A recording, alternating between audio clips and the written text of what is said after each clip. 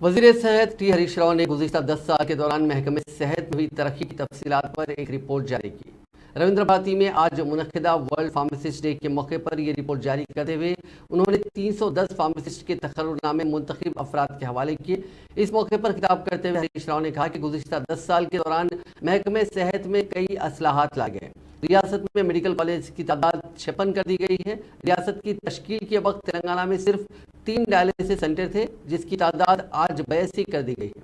उन्होंने कहा कि अनकरीब हर असेंबली हल्के में एक डायलिसिस सेंटर कायम किया जाएगा। वज़ीर सेहत ने कहा कि रियासत की तश्कील से कबल सरकारी अस्पतालों में सिर्फ 5 ICU ही हुआ करते थे, लेकिन आज ICUs की तादाद 80 तक पहुंच गई है।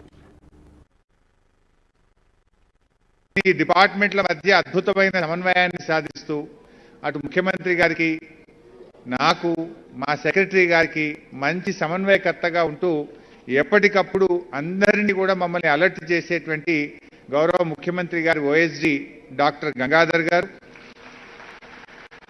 మరి అన్నిటికంటే ముఖ్యంగా ఇవాళ కార్యక్రమం ఈ వైద్య ఆరోగ్య శాఖ కుటుంబంలో చేరబోతున్న మా 310 మంది ఫార్మసిస్టులైన మీ అందరికీ ఈ కార్యక్రమాన్ని కవర్ చేయడానికి వచ్చిన జర్నలిస్టులకు ప్రతి ఒక్కరికి పేరు పేరున నమస్కారం।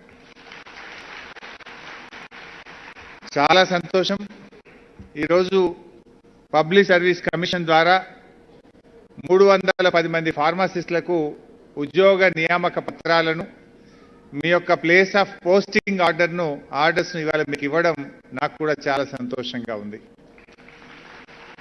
వైద్య ఆరోగ్య శాఖలో చాలా నియామకాలు చేశాం, కానీ ఫార్మసిస్టుల నియామకం కొంత ఆలస్యమైంది। ఫార్మసిస్టుల కొరత ఉండేది, ఇది తొందరగా కావాలని అనుకున్నాం।